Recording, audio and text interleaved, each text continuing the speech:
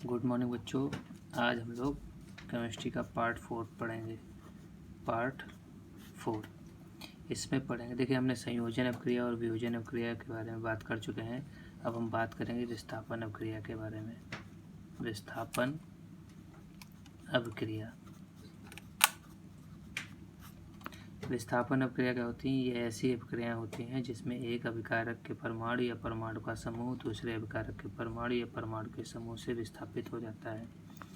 अब उदाहरण के माध्यम समझें, या ऐसा भी कह सकते हैं आप, अधिक क्रियाशील धातु कम क्रियाशील धातु को उसकी जगह से विस्थापित कर देती है। इसको देखिए, अब एक एग्जांपल के देख ले। CuSO4 कॉपर सल्फेट, और ये क्या है? Zn जिंक है। तो जिंक क्या है? जिंक जो है कॉपर सल्फेट के विलयन से कॉपर को क्या करेगी? विस्थापित कर देगी और उसका स्थान ले लेगी, ZnSO4 बना लेगी। अब यहाँ पर ध्यान से सुने, इसके लिए देखिए सक्रियता श्रेणी होती है, या कहते हैं अभिक्रियाशीलता श्रेणी। अभिक्रियाशीलता श्रेणी का कानाकार मांगे, अल्टो जैन फरारी और प्रभु है क्यों हुजूर आज आओ। ऐसे सक्रियता श्रेणी आप आसानी से याद कर सकते हैं। ये सक्रियता श्रेणी जो है, आपको बता दें, अभिक्रियाशीलता के घटते हुए क्रम में बनाई गई है। अभिक्रियाशीलता के घटते हुए क्रम में बनाई गई है।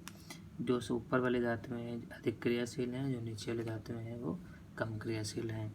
यहाँ पर देखें, अब जिसका स्थान ऊपर होगा वो ज़्यादा क्रियाशील होगा, जिसका स्थान नीचे होगा वो कम क्रियाशील होगी। अब यहाँ पर देखें, इस क्रिया में जैसे Zn है, Zn का स्थान देखिए कॉपर से ऊपर है, तो Zn क्या करेगी? कॉपर को विस्थापित कर देगी। वही काम देखिए हुआ है, Zn ने इसका स्थान ले लिया और कॉपर को उसने विस्थापित कर दिया। दूसरा एग्जाम्पल ले रहे हैं हम, Pb प्लस CuCl2।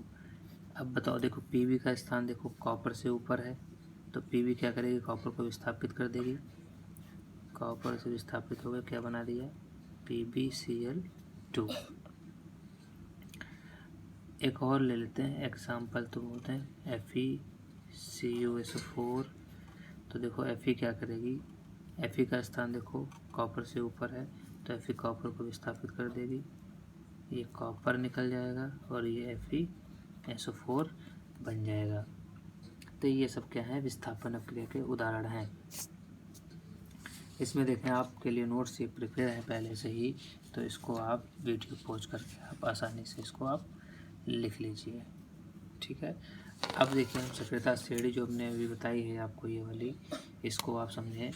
ये देखिए लिखी है पहले से ही, देखो, इस अभिक्रिया में कम क्रियाशील धातु अधिक क्रियाशील धातु के द्वारा विस्थापित हो जाती है। अभिक्रियाशीलता श्रेणी कहें या सक्रियता श्रेणी कहें, इसको ध्यान से लिखें और इसको आप नोट कर लें। अब आप बात कर लेते हैं द्विविस्थापन अपक्रिया की। द्विविस्थापन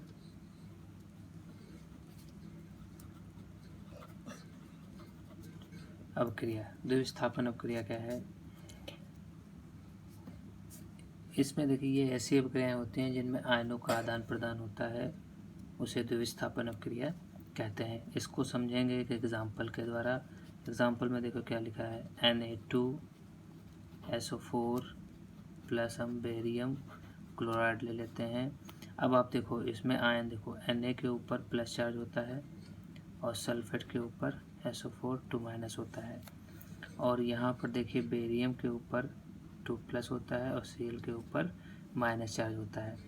यहाँ पर देखिए बनता क्या है, ये पहले देख लो, BaSO4 बनाता है और प्लस 2NaC। अब यहाँ पर देखिए हुआ क्या है, इसका आयन इसके साथ देखिए जुड़ा है, NaCl के साथ देखिए जुड़ा है, और इसका आयन इसके साथ जुड़ा है। तो यहाँ देखिए आयनों का आदान प्रदान हो रहा है कि नहीं हो रहा है। तो ऐसी अपक्रियाओं को क्या कहा जाएगा? द्विविस्थापन अपक्रिया कहा जाएगा। एक एग्जाम्पल और लेते हैं, ज़्यादा नहीं लेते हैं। KCl ले लीजिए और AgNO3 ले लेते हैं। तो यहाँ पर देखिए, इसमें K+ होगा, Cl- होता है, और Ag+ NO3 माइनस, तो इसका K प्लस वाला इसका NO3 के साथ जुड़ जाएगा, KNO3, और इसका Ag इसके Cl के साथ जुड़ जाएगा, तो प्लस AgCl। ये भी क्या है, द्विविस्थापन अपक्रिया का उदाहरण है। इसके बाद हम बात कर लेते हैं अवक्षेपण अपक्रिया की। अवक्षेपण अपक्रिया, अवक्षेपण अपक्रिया बहुत ध्यान से सुने। अवक्षेपण अपक्रिया क्या होती है?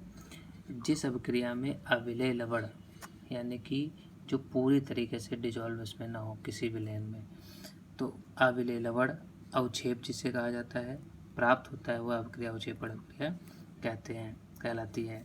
अब देखो, अभी हमने एग्जाम्पल लिया है Na2SO4 प्लस BaCl2, तो इसमें क्या बन जाएगा, BaCl2 ये बनाता है NaCl, संतुलित कर लें तो क्यों Cl 2 है Na 2 है इसलिए 2NaCl, और प्लस बन जाता है BaSO4। इसका अवक्षेप बनता है, ये क्या होता है, अवक्षेप। ये कैसा होता है, श्वेत होता है।